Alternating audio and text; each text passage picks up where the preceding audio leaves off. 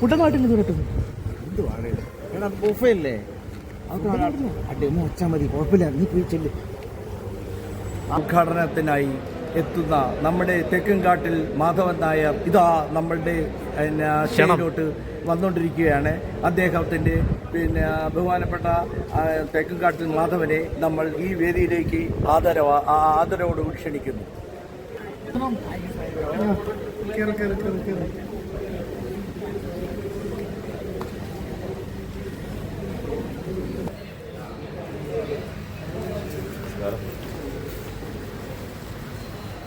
Sir ഈ ക്ഷണം സ്വീകരിച്ചു ഇവിടെ എത്തിയതിന് അതെ താങ്ക് യു. കാരണം സാറിന് ഭയങ്കര തിരക്കാണെന്നറിയാം.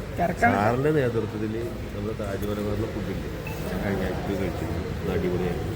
പിന്നെ നമ്മുടെ കലോത്സവത്തിൽ സാറിൻ്റെ നേതൃത്വത്തിലാണ് അതൊക്കെ നല്ലതായിരുന്നു. അവരുടെ സർവീസൊക്കെ സാറിൻ്റെ ശിഷ്യന്മാരൊക്കെ അടിപൊളി. ഏതായാലും സാറിവിടെ എത്തിയതിന് നമുക്ക് പരിപാടി ചടങ്ങിലോട്ട് കിടക്കാം. സാറിന് ടൈമില്ല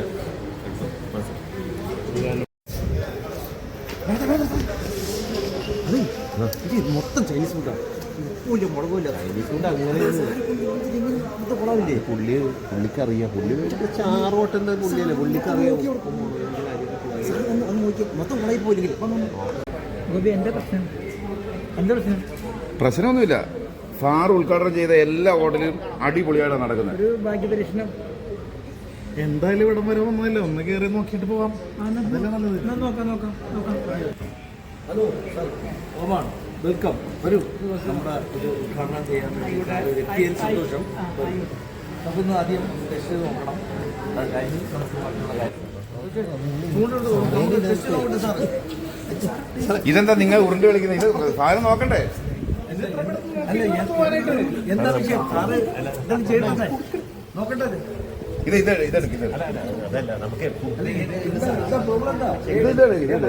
എന്താ പ്രോബ്ലം? ഉദ്ഘാടനത്തിൽ വന്ന സാർ ഉദ്ഘാടനം ചെയ്യണ്ടേ?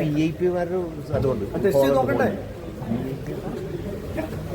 എന്നൊരു കഴിഞ്ഞ അപ്പുറത്തെടുക്കും. സാറേ നമുക്ക് അങ്ങോട്ട് അല്ല, എന്താ നിങ്ങൾ എന്താ ഇത്? ഒന്നും ചെയ്തു പോകാം. അതെ, പാലട